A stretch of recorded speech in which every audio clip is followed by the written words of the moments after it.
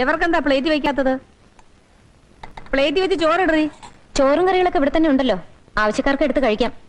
ഇന്നലെ വരെ ഇങ്ങനെ അല്ലായിരുന്നല്ലോ, ഇന്നെന്താ ഒരു പുതുമ? ഇന്നു മുതൽ ഇങ്ങനെ. ഞാൻ ഇവിടെ ആരുടെയും ബാല്യക്കാരിയൊന്നുമല്ല.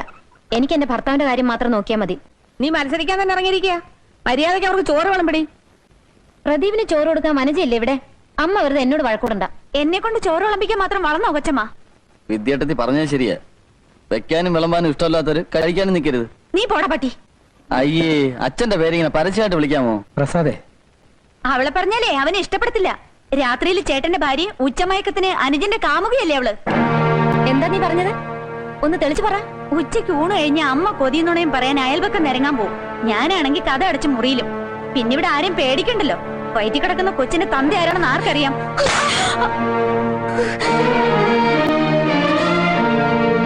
അവളുടെ ഒരു പതിവ്രത ചമയില് കാണിച്ചു തരാം നിന്നെ.